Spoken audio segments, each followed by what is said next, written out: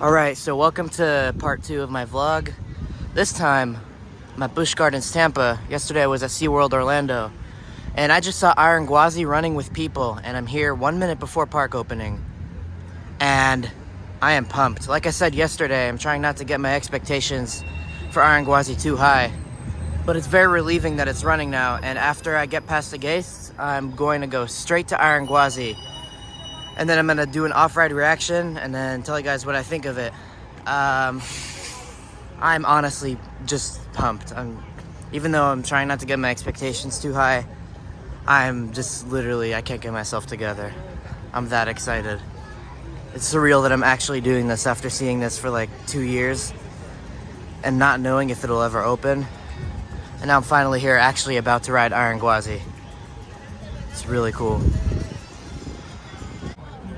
Alright, so I'm getting closer to Gwazi. I saw it running. Every time I see it, I see a glimpse of a train running, and hopefully they're just pumping out trains there. Because I'm heading there right now. There it is. I see glimpses of track. Oh, there it is. Honestly, like, this looks so much taller and more intimidating in person than on camera. That's usually how it is with roller coasters. It's like, it just looks more lively and intimidating in person. Didn't know that it was oh my gosh, this is close to the entrance. I had no idea this was this close to the entrance. Luckily I have an easy walk there, and I just came here early in the morning, so right when it opened at 10. So hopefully it doesn't have that long of a wait. I actually saw some empty trains. You see it's going up the lift hill. I literally can't believe that I'm actually about to ride Gwazi. Yesterday I thought Icebreaker would have a long wait, and then I came up and it was a 5-minute wait. I don't know what's the case with Gwazi, but the wait time doesn't look too bad. Am I actually doing this? Hope I don't get disappointed. Oh my gosh, it looks like a walk-on. It looks like a walk-on from here. Almost does. My heart's pumping out of my chest. Sorry, I'm being a bit dramatic. I'm just that excited. Oh, okay. Oh, and you have to go all the way around. Actually, am I actually doing this? So, I don't know the cell phone policy for this ride. I'm guessing that you can't bring it in the queue. So I'm gonna put my cell phone away now. And then I'm gonna ride Gwazi. And then I'm gonna tell you how it is, tell you where it lands. I'm literally shaking right now from excitement. Alright, so I just got off Gwazi.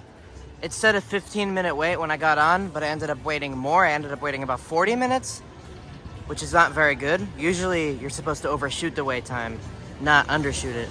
But anyways, that was everything I was hoping for. I mean, a couple elements were underwhelming.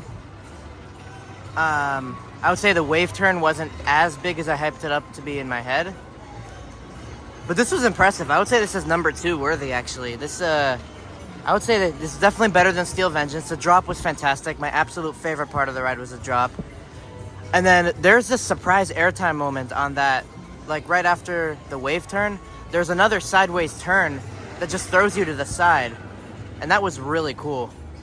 By far, number 2. I would still say Maverick, from what I remember, still stays as the number 1 spot. I absolutely love Maverick.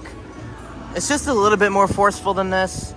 But now that I think of it, this just has a fuller package than i305. It whips you around, it has airtime, and it's just like everything you want in a roller coaster. It is phenomenal. So yeah, by far better than Steel Vengeance. Better than i305 too, if you've seen my recent coaster rankings. I would say this sits at a good number 2. I did do this early in the morning, so if it warms up later and it gives a faster ride, then this might just hit my number 1. I'm not quite sure. But for now, it's a good number 2. Very impressive ride. Alright, so I just got off Gwazi for the 3rd time. Now it's 4:19. Earlier I did Gwazi at 10 a.m. and now it's 4:20 p.m. I just did it with the first 2 times I did the back, but now I just did it from the front. And that was better in the front. I mean, the drop, the only thing that was better to me in the back was the drop, the sustained ejector on the drop. The drop in the front just has weak floater, and then the rest of the elements, every single airtime moment and whippy moment on the ride, like during the actual ride course, is better in the front. Like the wave turn in the front is insane. That is some good stuff. And that was perfectly timed too. Also, this is later in the day. Right now it's 4:20 and it was 10 a.m. last time. So the airtime moments could feel stronger because it's later in the day. But I'm so looking forward to a back row night ride. I've watched so many back row night ride POVs, and I'm pumped, and I can't imagine how good it would be running then. I just can't wait. Gwazi! Oh, and by the way, Iron Gwazi is now my number 1 coaster. It just went in my number 1. So I just finished Iron Gwazi, last train of the night, on a night ride during pitch black darkness, and that was the best ride I've ever had on any roller coaster in my life. It was everything I was hoping for. Best ride I've ever had on any coaster. This night ride, just like, don't sleep on it. That lighting and pitch black darkness makes it feel like an indoor coaster. It was out of control.